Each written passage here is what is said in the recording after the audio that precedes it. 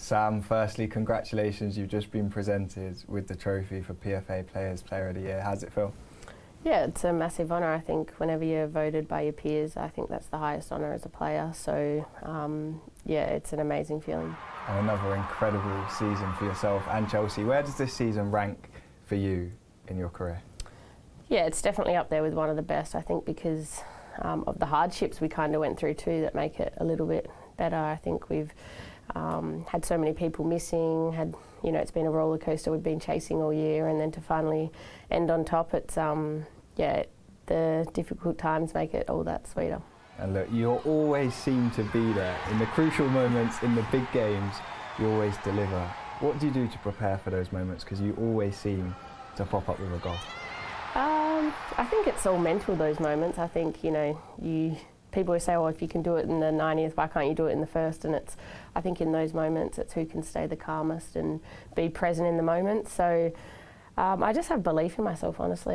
Lots of confidence that in the 90th minute or whenever it is that the team will give me the ball and rely on me, and knowing that my team trusts me gives me loads of confidence. So I love those big moments. That's what I live for as a footballer. And the deciding game, the deciding goal in the WSL season, unbelievable, by the way.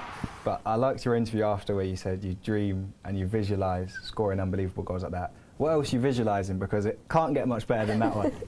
No, I mean, I do it a lot as a player, and sometimes it comes off, sometimes it doesn't. But I think I said it on the weekend. You have to see yourselves, and you see yourself in those moments. And I do that stuff at training all the time, and the girls get annoyed if it doesn't come off. But I mean, I think that goal was just made for that kind of occasion, and yeah, I just took it as best I could. And a guy who won a lot of trophies for this club, Didier Drogba, I don't know if you saw, tweeted out saying it was better than any goal he scored, which must feel great. But I've got to ask, where are the backflips at this year? Because you've scored goals that are worthy of a backflip.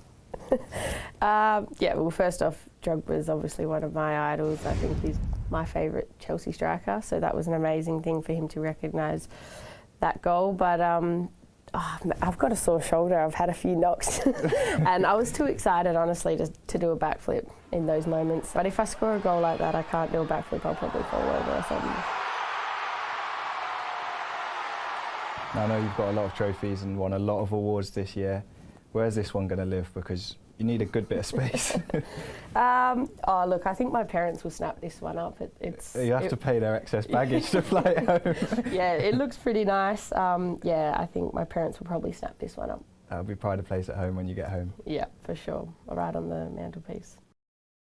Well, look, Lauren, congratulations, PFA's Young Player of the Year. This is almost becoming an annual thing. This is the 4th one, but a fantastic achievement. Yeah, it's an honour. I think especially for it to be voted for by players that I've played against and come up against. I mean, I look to many of them as role models as well, so it's an honour to sort of be picked from them as well. And I'm coming off the back of a great season as well. And I also got a lot to thank my teammates for, to be honest, because I think they make me look better than what I actually am. But no, it's an honour to get this again. 4 Young Player of the Year is still so young. I've got to ask, where do they live? Because I've never won 4 trophies in my whole life, so you've got to have them stocked up somewhere good. To be fair, a lot of them are back home in Norwich with my family, because I don't want to sound big-headed or anything, but there actually isn't much space in my house to put them, and I think Ez is fed up of seeing them all in the living room, to be honest. So. Now, I was speaking to your manager and he said you're still the most humble, most hard-working. Is that what you credit the success of this down to? Yeah, I think, obviously, like I said, I've got a lot to thank my teammates for. We've got a fantastic squad and players who get me the ball in good positions, and got strikers who can finish the crosses that I put in wherever I put them. So it's great to have that amongst the team, and I've got a great set of staff as well, people who are always pushing me and wanting me to get better. So yeah, I appreciate it, and I know there's still so much more to come, and I'm going to keep working hard for that to make sure that I continue on the right path. Well, look, Lauren, a huge congratulations. Your 4th PFA Young Player of the Year award. Thank you. Hope, pal, I've got to start with a huge congratulations. You're this year's PFA Merit Award winner.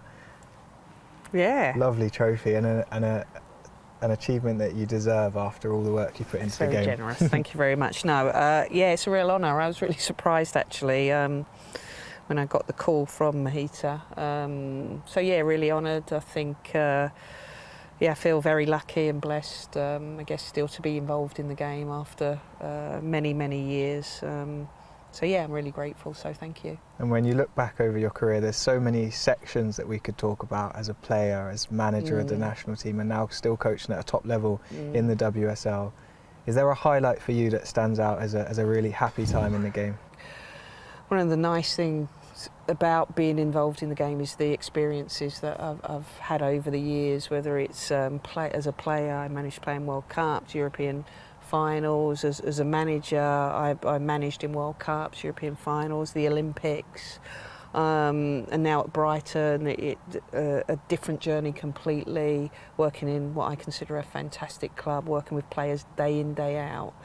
So I think each section has been very, very different, but largely very, very enjoyable. And as I said, I feel very, very lucky and very blessed and privileged to be in this position. Do you feel a sense of pride now seeing how far the game's evolved from your days to now?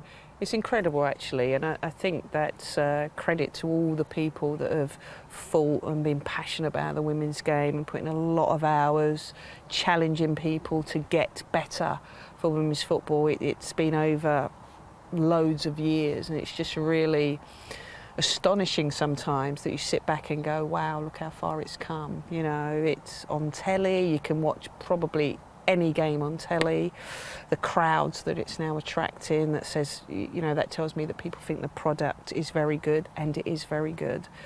So it's just, it's advanced so much more than when I used to play, and it's just great that I've been able to help that progression in some way. It's been brilliant. What do you want your legacy to be known as, to be remembered for? That's a question I really always find difficult to answer. I guess people will look back and perhaps say that I was one of the influencers that changed the game, and really I was never afraid to ask questions, ask for things and keep going back. And, you know, I think I've helped shape the game and drive it forward, but not just me, loads of other people. But I'm hoping that I'll be remembered for someone who was passionate and wanted the best for women's football, you know, on a local level and on an international level.